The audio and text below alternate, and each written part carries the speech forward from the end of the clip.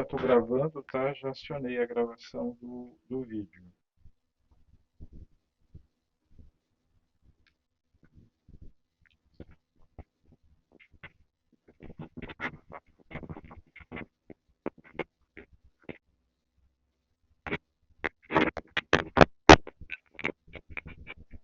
Então, ótimo.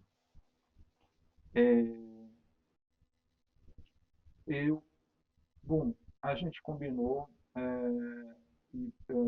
algo, mas só que parece que não foi possível, então eu resolvi adiar. A gente vai começar a discussão do método na próxima semana, como eu tinha combinado com vocês, tá? Porém, para a gente não ficar com uma aula em branco, eu resolvi apresentar uma aula sobre projeto de pesquisa, que eu acho que antigamente eu dava essa aula, acho logo na primeira, mas eu acabei fazendo algumas modificações e acabei tirando essa aula do programa, que eu acho que ela é bem interessante, tá? Até porque a gente faz uma discussão sobre o início de tudo. Assim, eu teria por quê? Porque teoricamente, como vocês são do doutorado, né, essa disciplina é exclusiva do doutorado, supõe-se que você já tem uma trajetória dentro do processo e sabem muito bem fazer um projeto de pesquisa, mas eu acho que sempre uma discussão sobre projeto de pesquisa ela é sempre boa. Então, já que havia essa lacuna, eu resolvi retomar essa aula. Ah, um detalhe, a gravação da aula, a gente já tá gravando essa aula. Quando eu fui ver no final, por algum motivo, eu acho que eu acionei sem querer a parada da gravação, não sei o que aconteceu, e a aula passada não foi gravada inteiramente, só a parte inicial, tá? Mas, de qualquer forma, o meu compromisso com você está mantido. Todas as aulas serão gravadas e serão lançadas para que vocês possam rever essa aula em algum momento, tá bom? Como é a regra da universidade. Então, eu vou apresentar agora um, um slide para a gente fazer uma aula pequena, curta, que eu vou apresentar sobre o projeto de pesquisa e depois a gente abre para discussão, tá? Vamos lá, compartilhar.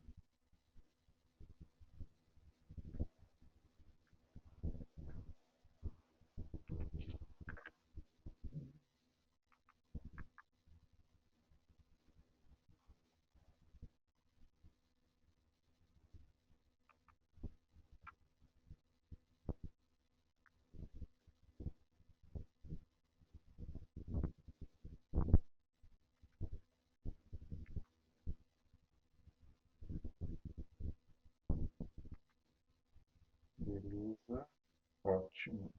Então, gente, ó, eu vou apresentar hoje, tá?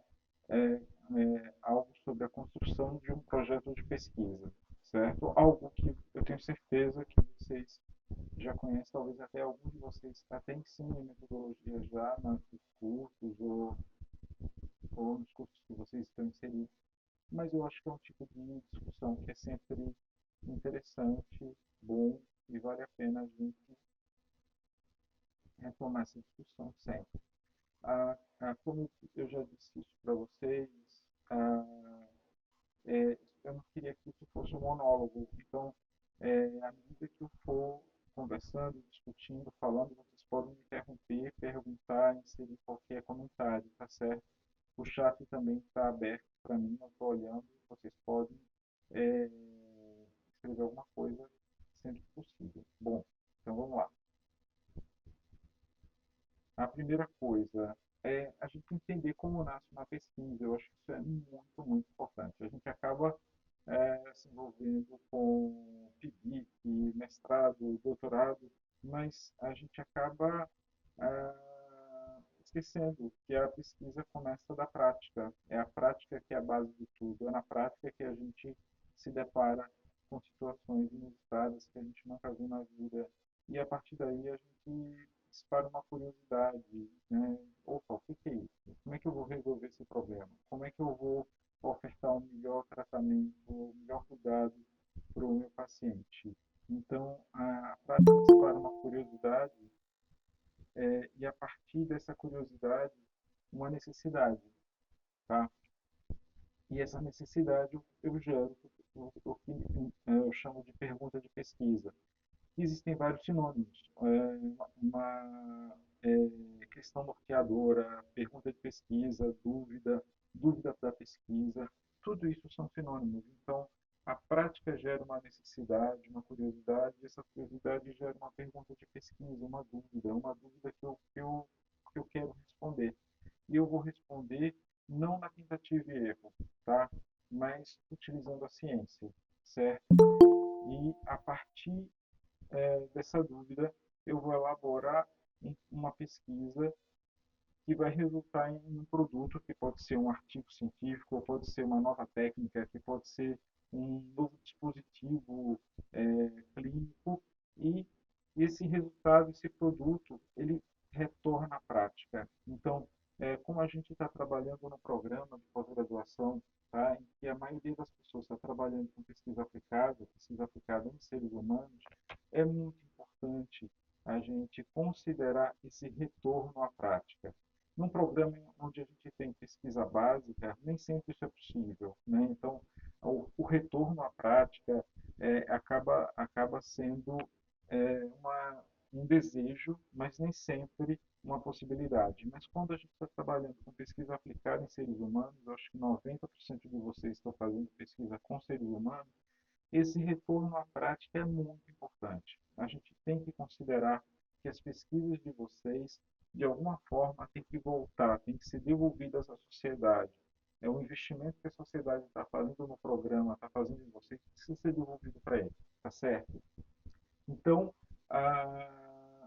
de uma forma muito prática, a partir desse problema, esse problema estabelecido, essa dúvida sendo estabelecida, a gente precisa verificar o estado da arte. Qual o limite do conhecimento científico que foi produzido a respeito dessa dúvida, desse problema até hoje?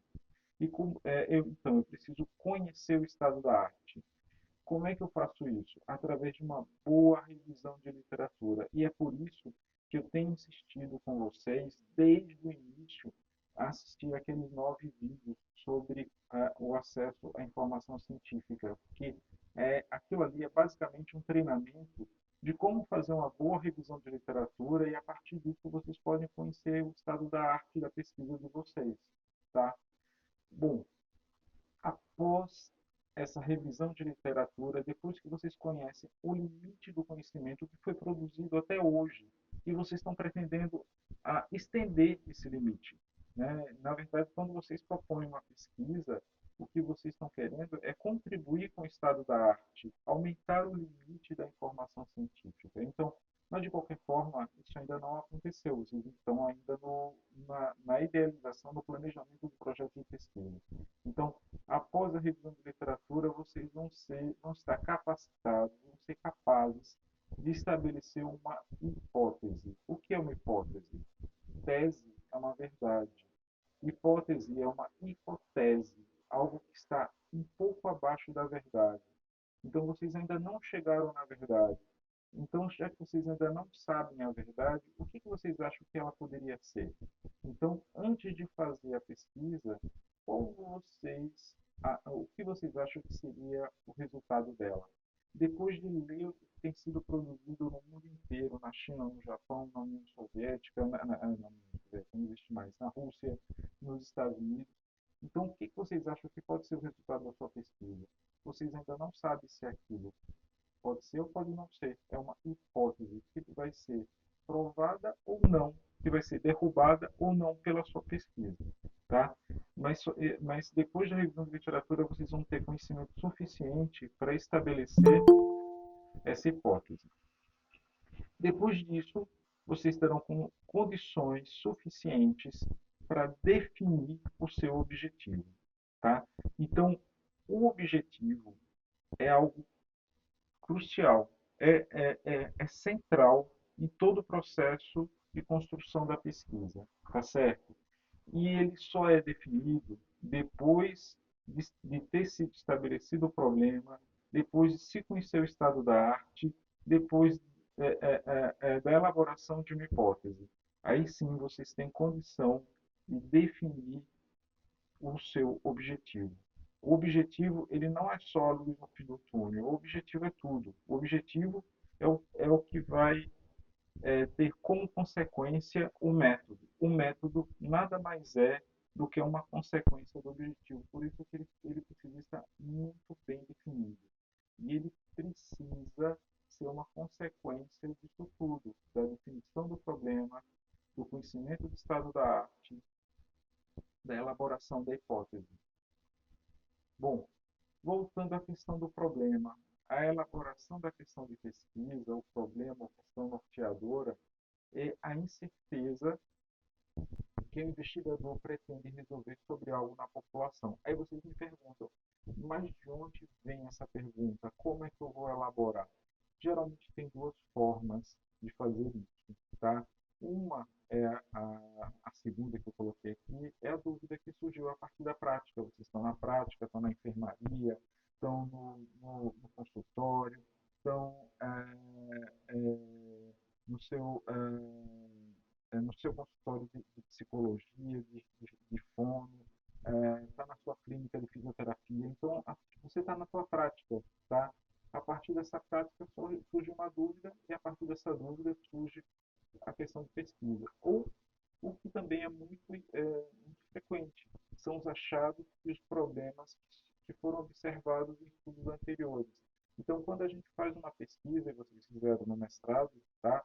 Durante essa pesquisa, surgem várias outras perguntas. E a partir dessas várias outras perguntas, a gente.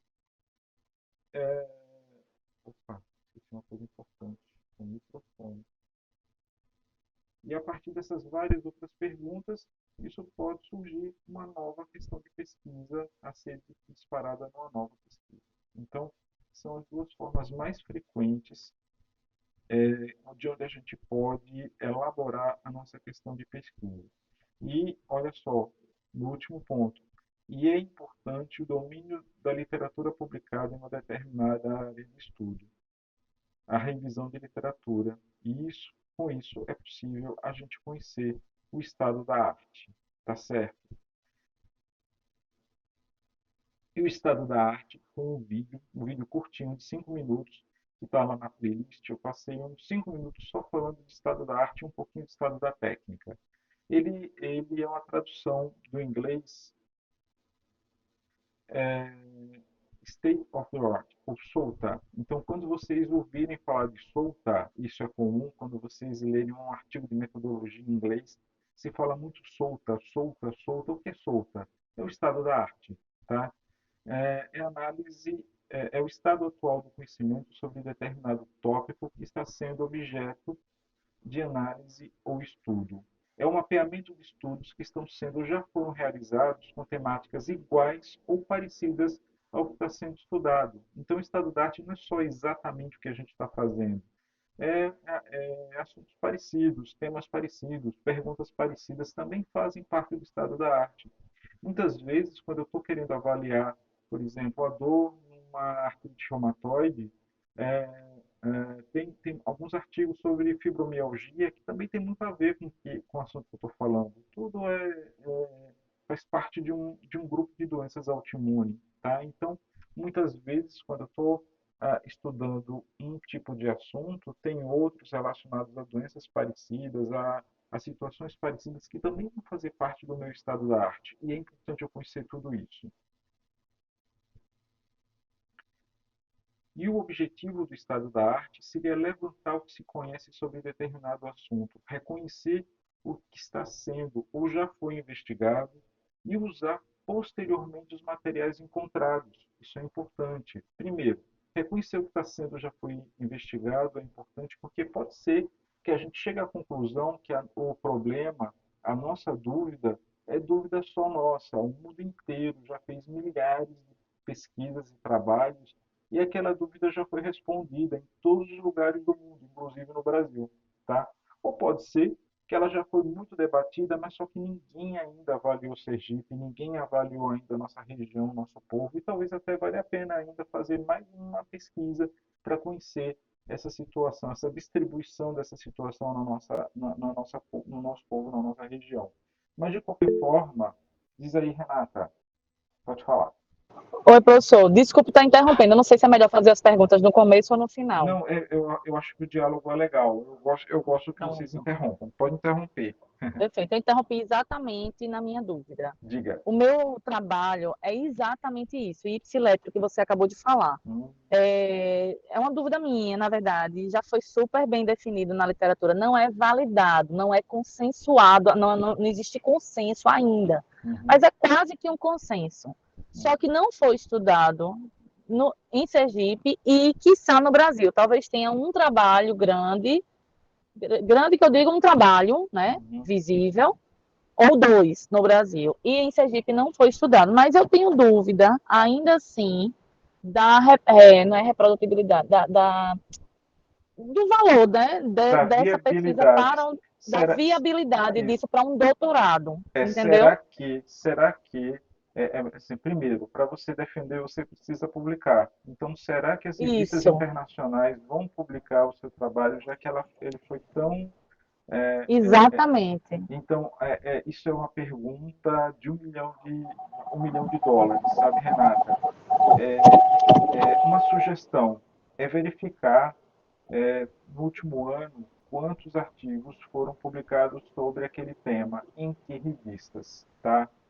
Se ele foi bem publicado, então é possível que você consiga publicar, porque pode ser que o mundo esteja interessado em saber como aquilo já foi muito publicado nos Estados Unidos, já foi muito publicado na Europa, no Japão, mas tem muito pouca coisa da América Latina, da África, da Ásia. Será que nos países em desenvolvimento aquela situação também é igual? Tá? Será que nos países pobres aquela situação também se distribui da mesma forma que nos países mais ricos? Você está entendendo? Então, Entendi. muitas vezes um assunto, um tema é extensamente publicado na Europa, nos Estados Unidos, mas nunca foi visto na África, na América Latina, nos países mais pobres. Então, você pode utilizar esse recurso, tá? Olha, você pode colocar até isso no título. Tal situação em países em desenvolvimento, em países de renda média, né? Se fala renda média, né? Que é um termo mais moderno. Em um país de renda média, tá? Para mostrar às grandes revistas que é um assunto que ainda vale a pena ser debatido, ser produzido, tá? Mas isso você está certa. É, e é um risco muito grande a gente fazer um doutorado, gastar energia e no final, cara, ninguém está interessado por aquilo. Ou então, pior, a gente manda para a revista, ela devolve, olha, publica numa revista local. Esse seu artigo deve ser publicado numa revista local ou regional. Cara, assim, é terrível, terrível receber isso. Mas isso é um risco, tá, Renata? Faz parte do jogo. E assim, e tá na hora, vocês estão começando, estão no primeiro ano do doutorado, está na hora de avaliar muito bem esses riscos, tá? E tomar uma decisão. Porque não se você achar que não vale a pena risco, não é pecado, tá? Você mudar o teu tema, mudar o assunto, mudar o teu problema, mudar a tua pergunta de pesquisa. Isso acontece com todo mundo, tá certo? Obrigada, professor. Eu piorei ou melhorei a sua Não, dúvida? eu esperava ouvir isso mesmo e confortou, na verdade, porque eu não estou fugindo, eu não estou fazendo nada fora do que se é esperado. Eu acho que eu vou fazer o seguinte: eu vou seguir esse conselho que você Uhum, me deu, agregou.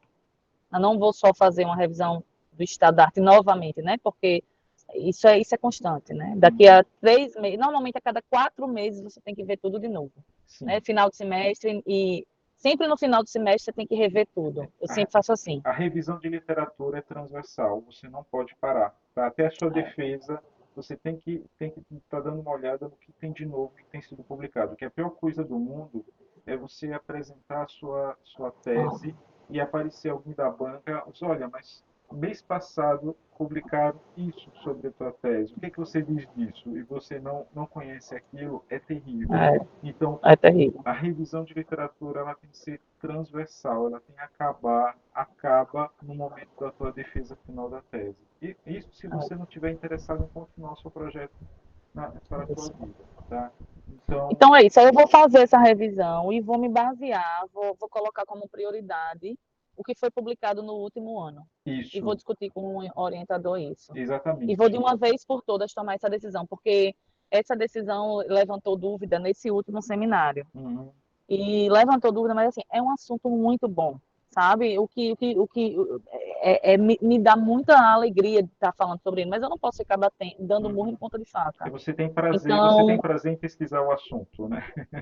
mas mesmo assim eu tenho que ser inteligente de deixar o coração falar mais baixo, Sim, né? é E a consciência. racional. Aí nesse agora eu dei a chance e a gente combinou isso, eu e Carlos Anselmo. É a última chance que a gente está dando para a viabilidade desse Ah, trabalho, que é tá, tá. muito bom, mas que pode não ser o de doutorado, entendeu? Sim, Posso deixar guardadinho, pedir ajuda para outras pessoas, alunos, estudantes, tudo, para fazer ele em paralelo, mas não ficar gastando minha energia nesse doutorado com ele para não publicar no futuro. sim, sim. Aí vou fazer isso que você falou do último ano e vou dar uma olhada se tem sido publicado, principalmente em países de baixa renda, Isso. africanos, É, asiáticos, eu vou ver isso. E sabe aí o eu vou tomar essa Ibope? Dá decisão. uma olhada no Ibope, tá? Dá uma olhada no Ibope e veja se vistas de alto impacto, de fator de impacto 3, 4, 5, 6, 7, se elas estão publicando sobre o assunto que você está pretendendo pesquisar. E veja o Ibope, se o Ibope estiver alto, se elas estiverem recebendo, se estiver publicando, ou será que a tua revisão de literatura ela está datada de 4, 5, 6, 10 anos atrás, tá?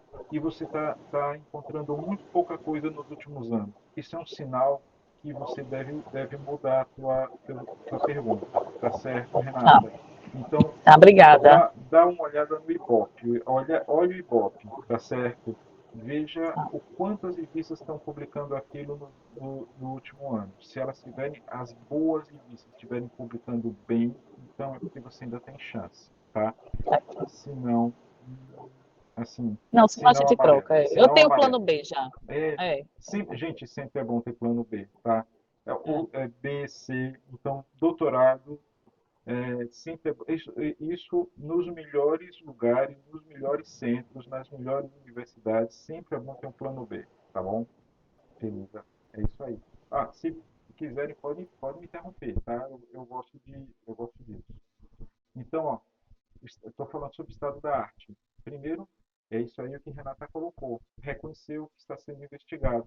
E olha só, Renata de repente pode perceber que tem espaço para pesquisa ainda. As revistas publicaram muito, mas ainda estão publicando bastante. O assunto não está esgotado, apesar de ser muito discutido, tem muita revista, muito artigo bom, mas ainda o assunto não esgotou. Então, apesar de não ter esgotado, mas vale a pena fazer pesquisas, ainda pesquisas que vão ser bem aceitas. Mas à medida que você está fazendo a avaliação do estado da arte, está fazendo a revisão de literatura, você também está dando uma olhada quais são os instrumentos, quais são as técnicas que estão sendo utilizadas, quais são os métodos estatísticos que estão sendo utilizados sobre aquele tema, quais são as variáveis que estão sendo utilizadas. Vocês estão dando uma olhada na metodologia que está sendo empregada naquela área, que tem muitas diferenças. Uma vez eu fiz um curso com o pessoal de nutrição. Gente, a nutrição é um mundo completamente diferente. Eu fiquei impressionado. É uma, nos congressos de epidemiologia, eu acho que metade é de nutrição. E se discute uma epidemiologia, uma técnica específica para nutrição. Então, cada área é uma área um pouquinho diferente. A gente tem que prestar atenção nessas dicas que os pesquisadores estão utilizando, é porque eles já testaram muita coisa. Se eles estão utilizando aquilo, é porque aquilo deu certo. Se aquilo deu certo, não, por que a gente vai retestar aquilo, vai retrabalhar aquilo? A gente vai utilizar a experiência dos outros. Isso não é plágio, tá? O pesquisador faz isso. O pesquisador não reinventa a roda já foi inventada. O que a gente precisa é melhorar a roda. Então, a gente pode usar posteriormente os materiais já testados e já encontrados por outros pesquisadores. Tá? E, além disso, o estado da arte é um mecanismo para estabelecer um ponto de partida para o estudo proposto, aquilo que eu falei para vocês. Não retrabalhar, não começar do zero. Não, você já tem, ou pessoas já fizeram muita coisa. Então, a gente tem que aproveitar o que já foi feito e avançar, tá? Agregar técnica, agregar metodologia, agregar outras coisas no que já foi feito. Então, o estado da arte ele permite que os leitores compreendam o conhecimento disponível no momento em que o trabalho foi realizado e o que está sendo acrescentado ao estado do conhecimento atual. Então, é um momento muito importante. Vocês não devem deixar para fazer a revisão de literatura no fim. Revisão de literatura ela tem que começar do começo e, como eu falei antes, continuar até o momento que você apaga as luzes, tá certo? Porque é muito ruim você estar numa banca e um avaliador da banca trazer um artigo, tá? Que vocês não conhecem, vocês nunca viram. Né? Às vezes isso é constrangedor. Então, só repetindo, para a construção de um projeto de pesquisa, a gente precisa primeiro definir a nossa dúvida, o nosso problema, a nossa questão norteadora.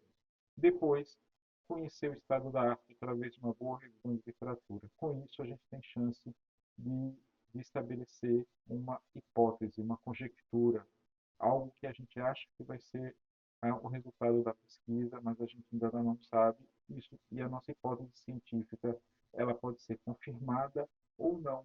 E simplesmente a gente pode cair do cavalo. Ó, eu achava que ia ser, não foi. O resultado é completamente diferente. Isso é ótimo. E com isso, a gente consegue estabelecer o nosso objetivo. E o objetivo dispara um método. O método é uma consequência do objetivo. Por isso, essa sequência ela é tão importante. A gente não pode começar do objetivo. Eu quero fazer, meu objetivo é esse. Muitas vezes no primeiro dia eu peço essa apresentação, né? Se apresente, diga de onde você é, o que faz e o seu objetivo, tá?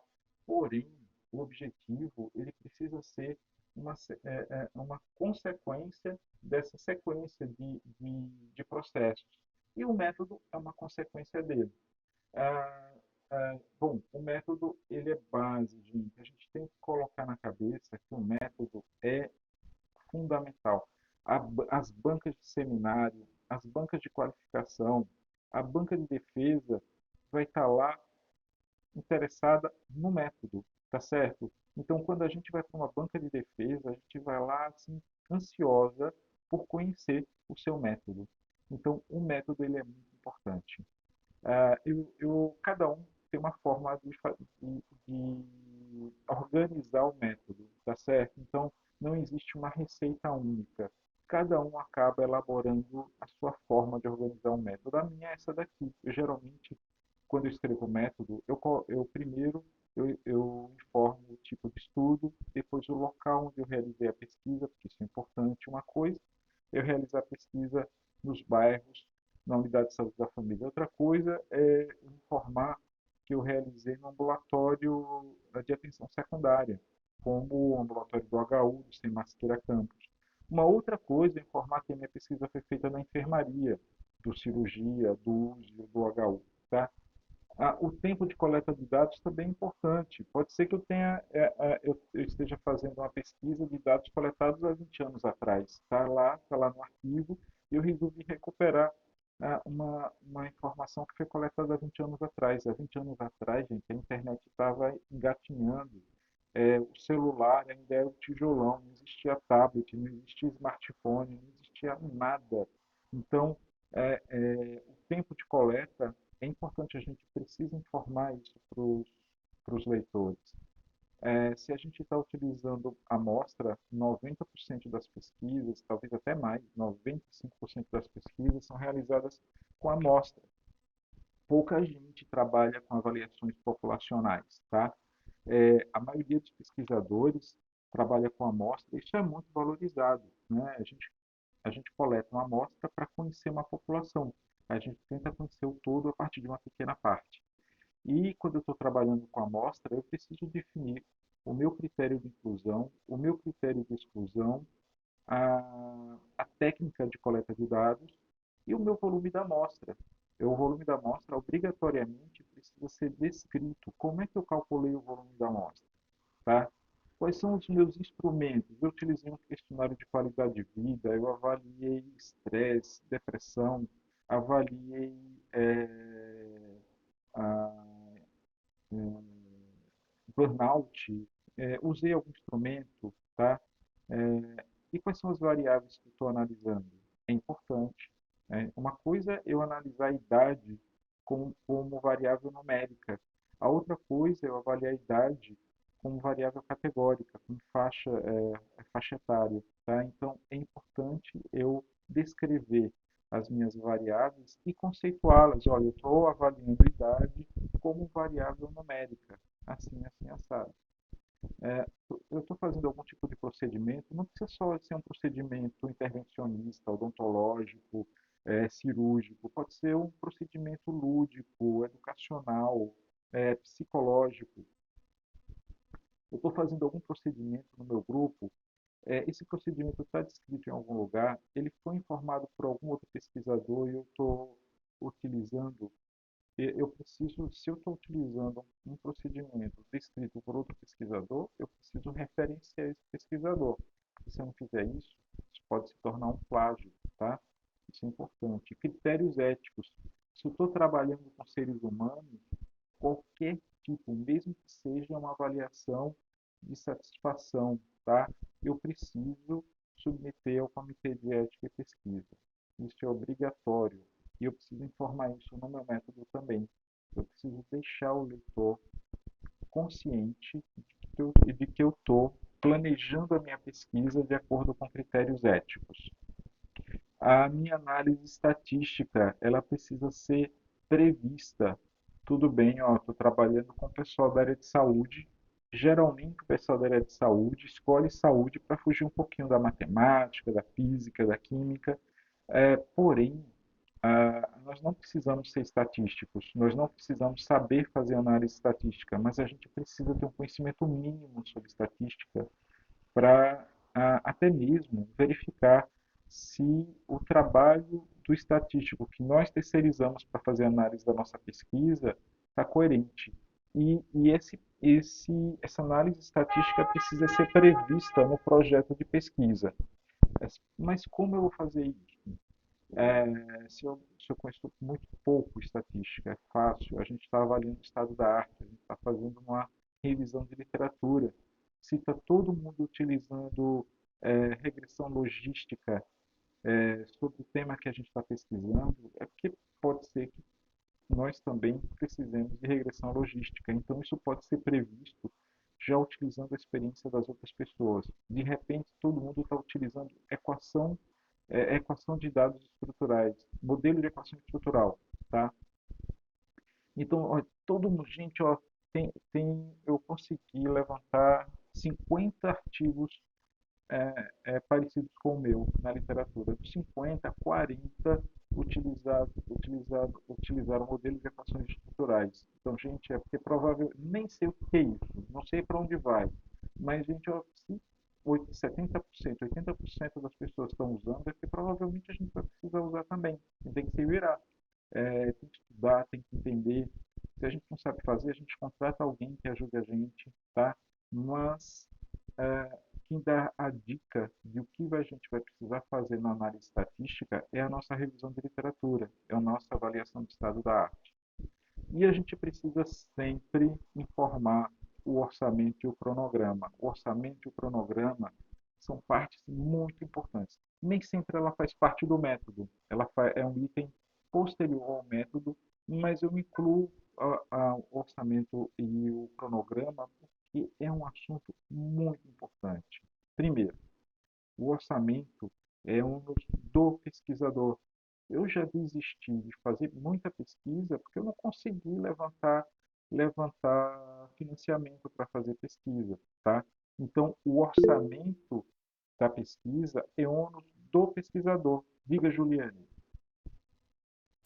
Oi, professor. É, eu ia esperar você terminar de falar, só levantei a mão para poder fazer uma pergunta, né? Que você Pode, disse que a gente podia estar falando pode, sobre, deve. sobre a questão do envio do projeto, né, ao comitê de ética. Eu queria saber a sua opinião, professor, né, em relação a, por exemplo, eu vou estar trabalhando com dados secundários, então, são dados secundários de inquéritos nacionais, e aí todos esses inquéritos, eles seguirão o procedimento de coleta de acordo com os conselhos nacionais dos respectivos países. Uhum. Nesse caso ainda, por exemplo, para nosso programa, existe a necessidade de enviar o projeto ao comitê de ética ou não? Porque a gente tem, né, essa questão de que todos têm essa aprovação dos conselhos nacionais de ética de cada país, então eu fico com essa dúvida ainda, porque eu já vi professores dizer que não precisa, e outros já disseram que pode ser interessante se o programa solicitar. Então, como a gente está falando de projeto aqui, eu vou aproveitar a oportunidade para saber a sua opinião. Sim, então você vai ouvir a opinião de alguém que foi coordenador do Comitê de Ética de Pesquisa durante 5 anos, tá, Juliane? Então, de uma forma muito prática, se são inquéritos e que têm algum grau de identidade, e não precisa ser o nome, não precisa ser o cartão SUS, pode ser até o CID, endereço, tá? Se tem qualquer tipo de informação sensível, você é obrigada a submeter o comitê ao comitê de ética, tá certo? Entendi, Você não precisa coletar o termo de consentimento livre esclarecido, tá? Porque provavelmente você não vai conseguir. Então, isso. na plataforma Brasil tem o item onde você solicita a dispensa do termo de consentimento livre esclarecido. Você informa que vai utilizar dados secundários, que algumas informações sensíveis estão, estão no banco, mas que você vai tomar todos os cuidados para garantir a confidencialidade do, dos pacientes, que é o mais importante. E é por isso que você precisa da liberação do comitê de ética, para garantir a confidencialidade das pessoas. E você precisa, é obrigatório a liberação do comitê de ética, tá certo?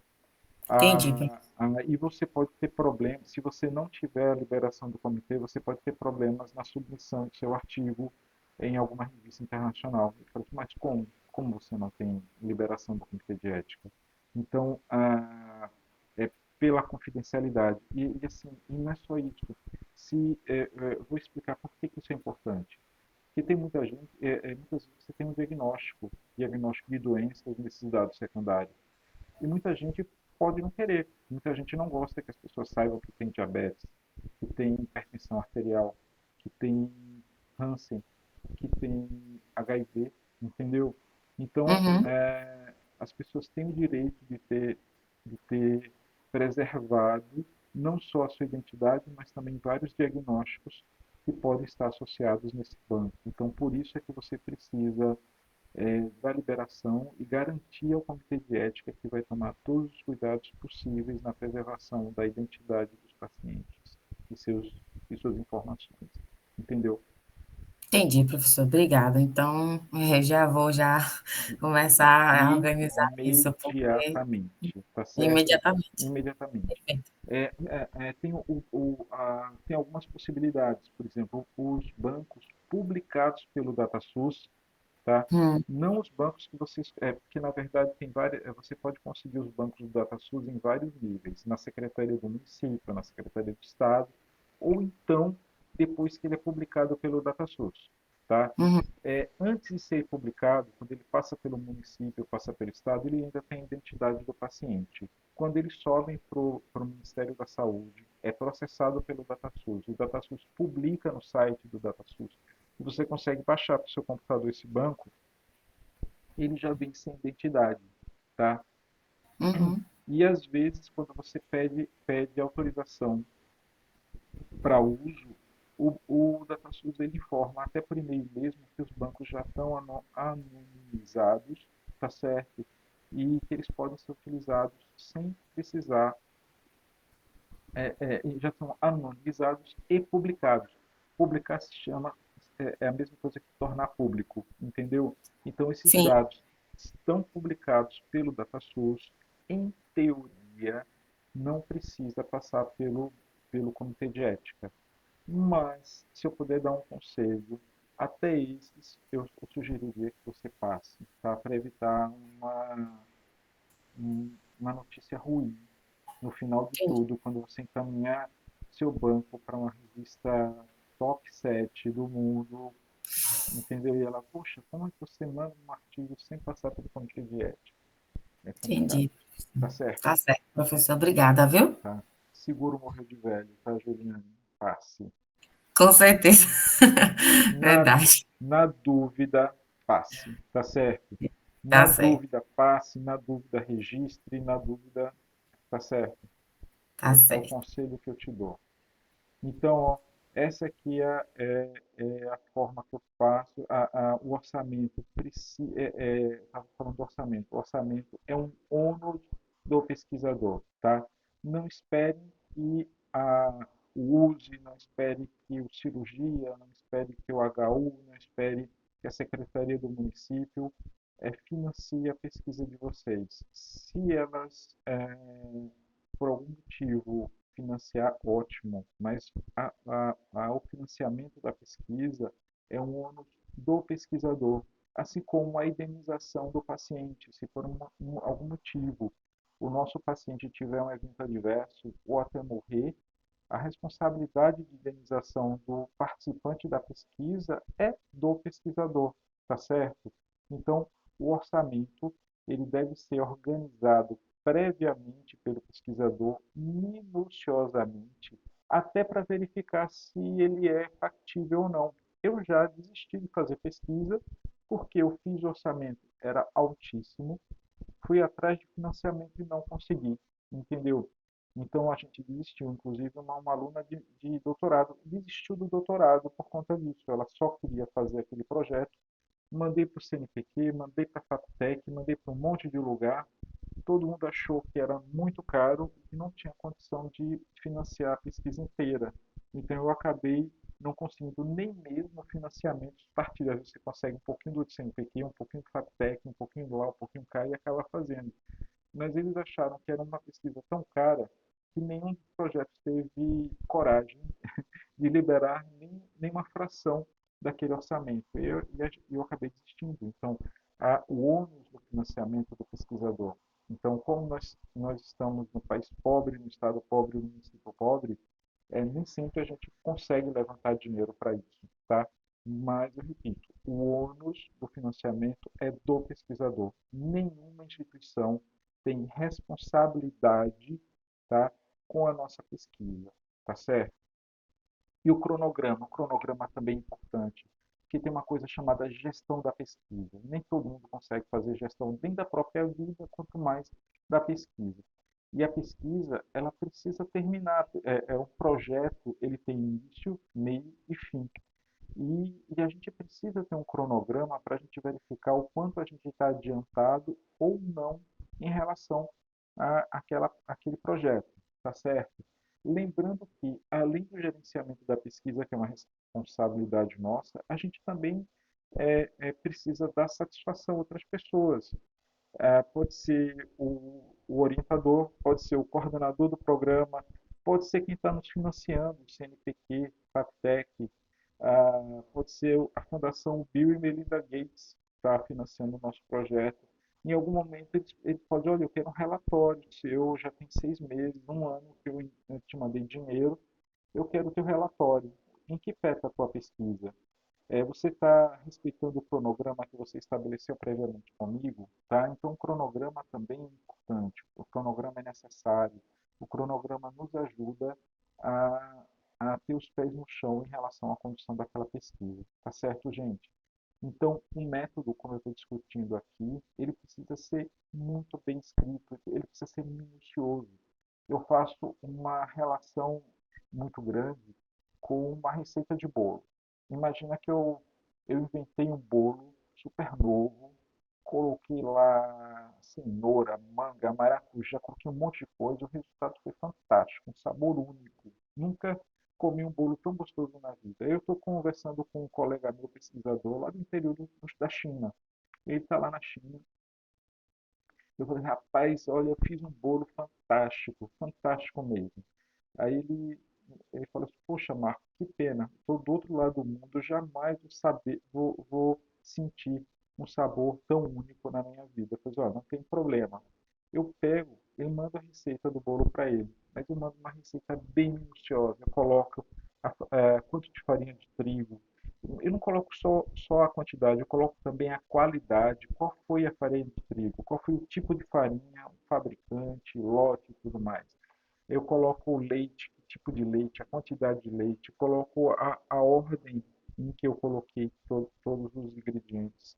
Se eu usei uma batedeira, qual o tempo que eu usei a batedeira. Então, eu organizo o meu método de forma minuciosa e detalhada. Mando para ele. Se ele conseguir os ingredientes, pode não ser iguais, mas pelo menos parecidos, com o meu, tem uma chance muito grande de, ao fazer, de usar minha receita lá na China, o resultado do bolo pode não ser exatamente igual, mas muito parecido com o meu, tá? Então, o método ele serve primeiro para a gente mostrar ao leitor a qualidade da nossa pesquisa, tá? E depois disso, ele torna possível ser reprodutível. Não é plagiado. Reproduzir é uma coisa, plagiar é outra, tá? Então, a, todo pesquisador tem prazer em ter sua pesquisa reproduzida. Por quê? Porque se minha pesquisa for reproduzida na Austrália, na China, no Japão, e o resultado dessa pesquisa for publicado e for parecido com o meu, e os autores me referenciarem, tá? O resultado da minha pesquisa vai ser validado por outras pesquisas e vai se transformar numa verdade científica.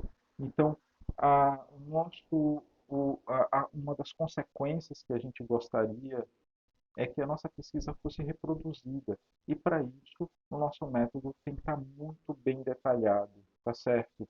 E a gente tem que escrever um método pensando nisso, em informar o leitor sobre a qualidade da nossa pesquisa e também sobre a possibilidade da pesquisa ser reproduzida por outras pessoas. Isso é muito importante, isso é muito sério. E eu já fui perguntado sobre o comitê de ética, então esse slide já foi discutido, tá certo? Essa aqui é a página da Plataforma Brasil, muito importante, muito sério e precisa ser analisado com muito carinho por vocês.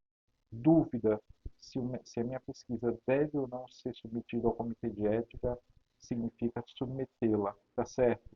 É, qualquer pesquisa que envolva seres humanos, mesmo que seja um levantamento de prontuário, mesmo que seja um banco de dados do DataSUS, mas ele tem a identidade do paciente, precisa passar pelo comitê de ética. A gente informa que é um banco de dados, pede liberação do termo de consentimento livre esclarecido, mas ele precisa ser submetido ao comitê de ética, tá bom? E só para terminar, lembrando que a pesquisa nasce da prática, gera uma curiosidade, uma necessidade de informação, a partir daí uma pergunta, uma dúvida, e que vai gerar uma pesquisa em um produto e deve retornar à prática, tá certo? Eu acho esse slide muito, muito importante e a gente não deve perder isso de vista, tá bom? E, bom, era só isso. Fico por aqui e eu abro a discussão. O que é que vocês acham? Tem alguma dúvida? Querem perguntar alguma coisa?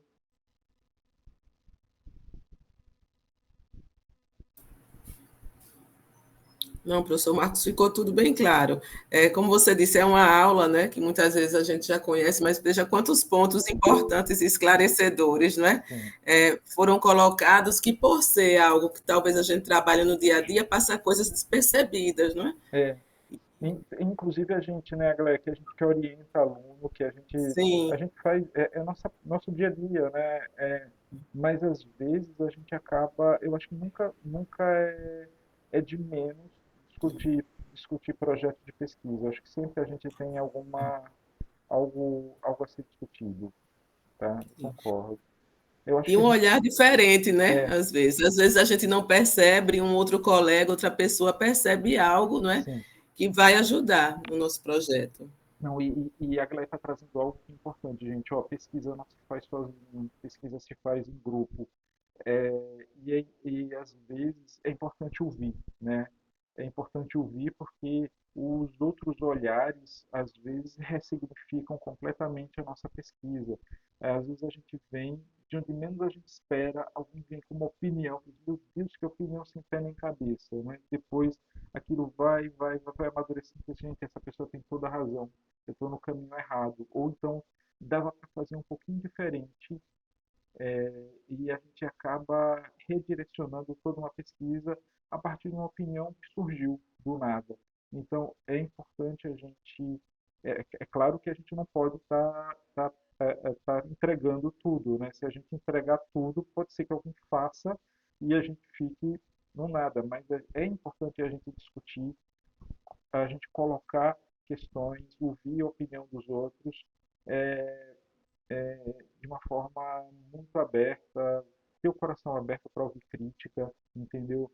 É, ter a possibilidade de rever todo o projeto, mudar tudo isso faz parte do jogo, tá, gente? Isso é importante. E ninguém faz pesquisa sozinho. Vamos colocar isso na cabeça. Quanto mais a gente discutir, quanto mais a gente ouvir a opinião, mais a gente vai crescer. Professor, bom dia. Bom dia. Ah, ô Rosa, tudo bem? Tudo bem? É só para lembrar que quem vai fazer pesquisa de dependências do HU, antes de submeter ao comitê, a plataforma Brasil, precisa submeter na rede de pesquisa da EBSER, Sim, né? sim. Ó, Passa. a Maria Eu Rosa, acho que é depois, né? Não? Primeiro na plataforma, depois no Seguir Rede. mais ou menos, as duas coisas. Tem dois momentos, Renato. Assim, para você ter liberação, anuência do HU, você precisa, assim, na verdade, isso é uma determinação de Brasília, tá? Isso é uma norma de Brasília, deve ser sede, que ele criou o SIG-Rede para todas as unidades. O SIG-Rede funciona em todos os hospitais universitários do Brasil vinculados à EBSER.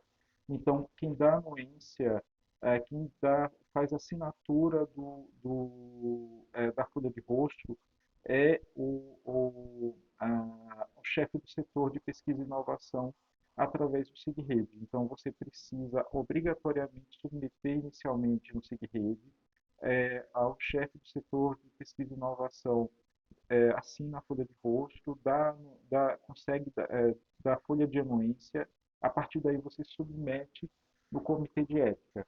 Uma vez aprovado, você volta até o SIG-Rede. Por quê? Porque o chefe de pesquisa e inovação ele vai consultar todos os setores envolvidos do HU, se a pesquisa for feita no HU, tá? Então, se você vai trabalhar com ambulatório, o chefe vai consultar o chefe do ambulatório, explicar que a pesquisa que vai ser realizada, se pode ser realizada, para dar tempo do ambulatório montar a estrutura para aquela pesquisa. Então, o SIG-Rede funciona para isso. Funciona para ajudar no processo de submissão da plataforma Brasil e depois disso, quando a pesquisa for aprovada, em organizar a, a estrutura do HU para receber sua pesquisa. Então, a submissão no SIG-Rede é obrigatória também, tá certo? Quem vai fazer pesquisa no HU, no hospital universitário, precisa submeter. No HU de Lagarto, no SIG-Rede de Lagarto, no HU de Aracaju, no SIG-Rede de Aracaju, tá certo?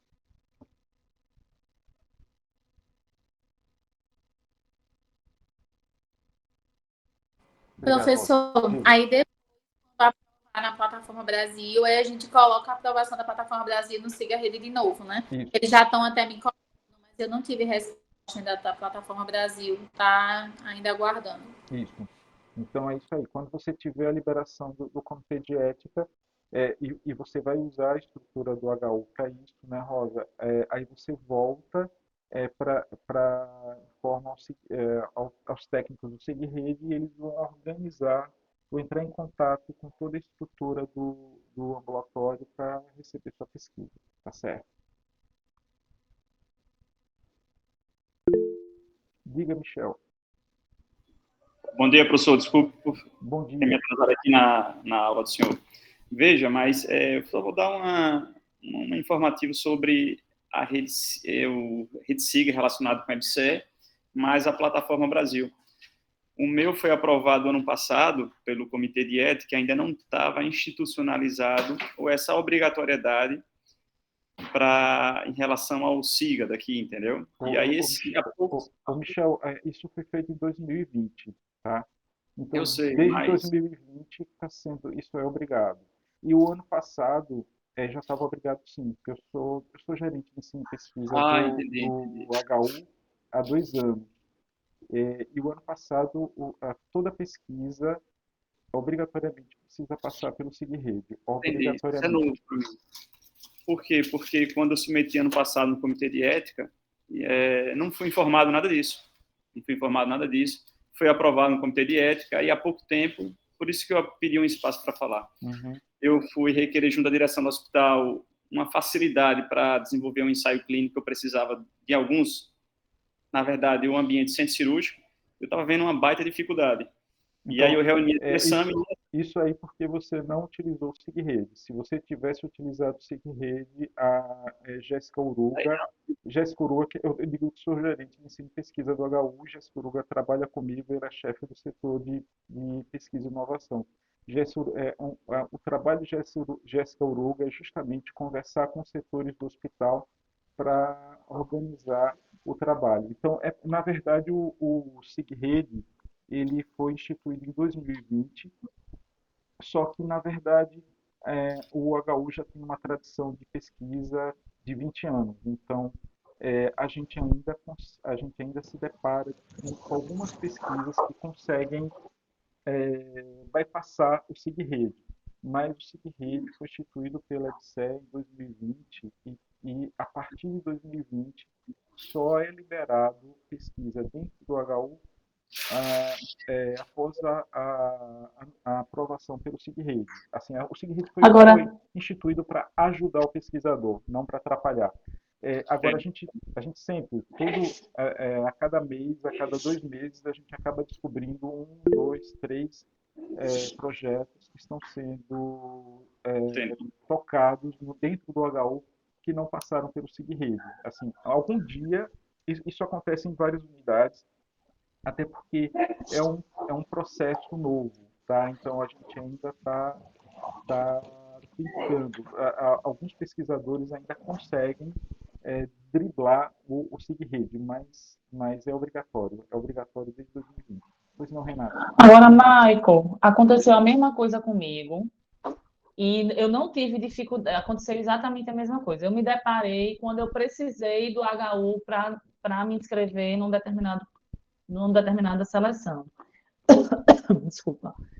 E aí, quando eu fui me inscrever, não pude, porque não estava vinculado ao SigRede, devia ter sido vinculado, já tinha ultrapassado, já estava no comitê de ética, já estava lá na frente meu projeto, e eu tive que, de forma logística, né, voltar, né?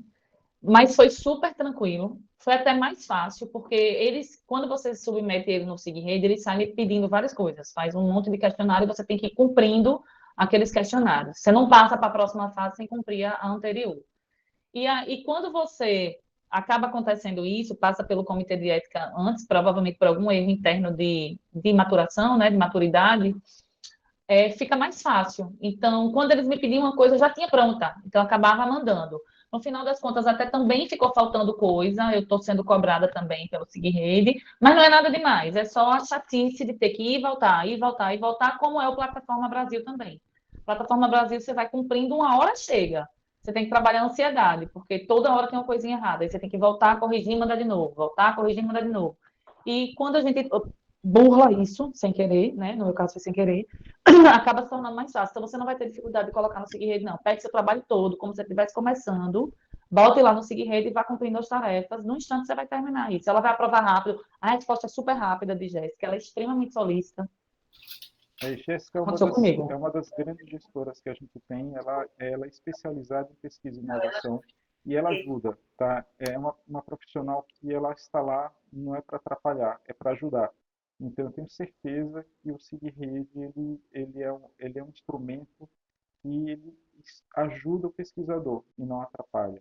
A gente sabe que com a tradição de 20 anos de pesquisa no HU, sem seguir rede, e agora nós temos, é evidente que a gente vai passar um tempo até ter o SigRede como um instrumento automático, né? Mas ele é fundamental, fundamental. Nenhuma pesquisa feita no HU é oficial se não estiver no SigRede, até porque a gente tem um diretor de pesquisa em Brasília e ele só conhece a sua pesquisa se tiver no SigRede. Ele avalia, ele abre o SigRede e verifica quais são os ensaios clínicos que estão acontecendo agora no HU.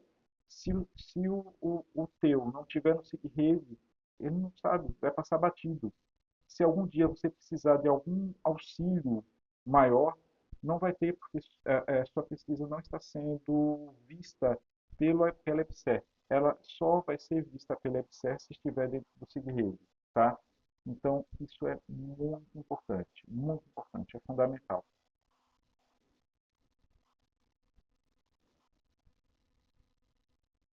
Ah, e outra coisa, a Jéssica é vice-coordenadora do Comitê de Ética e Pesquisa. Então, assim, algumas pesquisas podem passar para o Comitê de Ética gigante e tudo mais, então, mas a Jéssica hoje, ela é a gestora de pesquisa e inovação do HU e vice-coordenadora do Comitê de Ética e Pesquisa do HU, tá? É, ela é... É isso Diga. que eu ia falar. O fato de colocar, de submeter antes também ajuda, porque na verdade são muitos formulários, são muitas coisas. O projeto de pesquisa que a rede de pesquisa solicita não necessariamente é igual da Plataforma Brasil, tem algumas particularidades que precisam ser colocadas, que são diferentes, mas assim, o fato de submeter antes, Jéssica já meio que corrige, né? Quando volta, Sim. que gera alguma pendência, a Jéssica fala, melhore isso, melhore aquilo, faça isso. Então, quando você cumpre tudo que Jéssica pede lá na avaliação, quando você submete na Plataforma Brasil, tem chance de não voltar mais, porque É, ela já fez toda essa. Então, meio que assim, você não perde tempo, você ganha tempo, porque a submissão lá no comitê tem menos chance de voltar sim, alguma coisa, alguma. por ela ser justamente do comitê. Então, quando você submete na rede de pesquisa, você está sendo avaliado não só por uma gestora, mas também por alguém que conhece a Plataforma Brasil. Se ela vai identificando furos no seu projeto e vai comprometer a avaliação pela plataforma, ela já vai te dando uma dica, ó, mude isso, mude aquilo, melhore isso, melhore aquilo. É, é, e foi justamente por isso que, na época, a Jéssica entra no comitê, que isso só vai qualificar todo o processo, né? Então, a gente eu acho que é super interessante vocês utilizarem essa vocês utilizarem, não, vocês precisam utilizar, né? Assim, a regra é usar, a regra é fazer, tá certo? Beleza.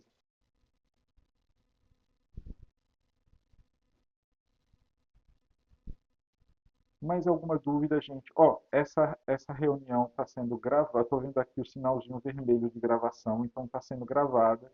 Daqui a pouquinho eu vou criar uma playlist do PPGCS, tá?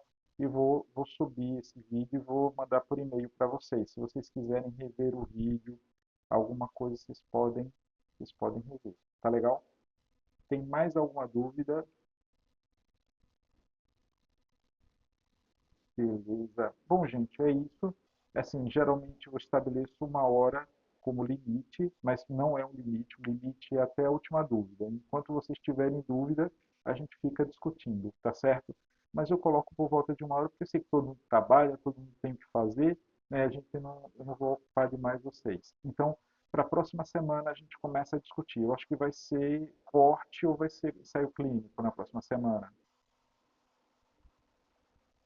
Professor, a gente está definindo entre a gente Tá bom, tá certo. o primeiro, e aí logo, eu espero que logo, nessas próximas 24, 48 horas, a gente lhe manda. Tá certo. Eu só queria que vocês me dessem uma dica para eu ler o artigo antes, porque eu acabo esquecendo, né?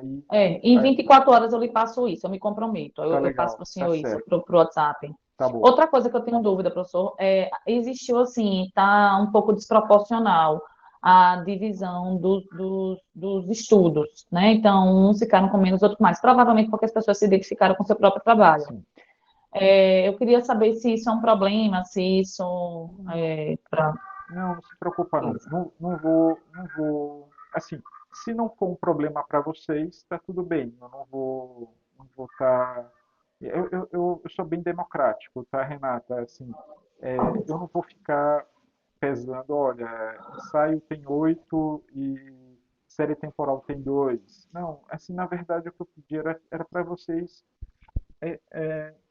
alguns de vocês entrarem no artigo, refletirem. Então, quanto mais vocês se envolverem, melhor. É basicamente para disparar o envolvimento de vocês com a disciplina, tá? Então, foi por isso que eu pedi para que vocês apresentassem, se dividissem. Mas, assim, fazer uma análise quantitativa dos grupos, isso para mim não tem muita importância não, tá certo? Quer dizer, se isso não tiver importância para vocês, eu também não vou implicar com isso não, tá bom?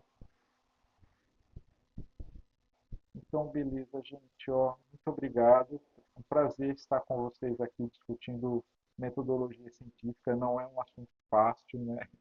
É um assunto complexo, mas é um prazer estar com vocês. Muito obrigado por tudo, tá? Valeu. Até a Obrigada, próxima professor. segunda.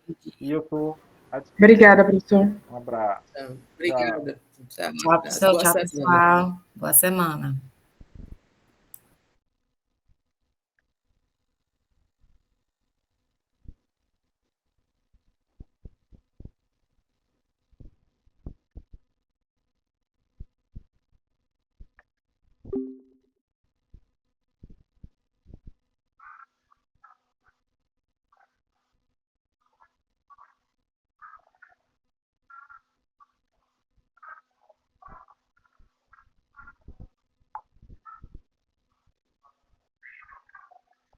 Jéssica, estou indo aí.